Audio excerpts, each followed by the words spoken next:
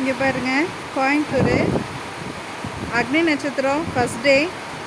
செமையாக இன்றைக்கி வெயில் கொளுத்தி எடுக்கும்னு நினச்சோம். ஆனால் மழை தட்டி எடுத்துகிட்ருக்குது.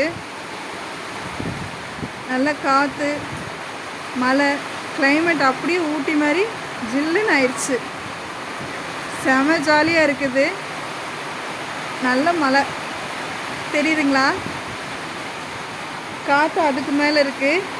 எங்களையும் மாதிரியே எங்கள் குட்டீஸுமே மழையை என்ஜாய் பண்ணிகிட்ருக்காங்க.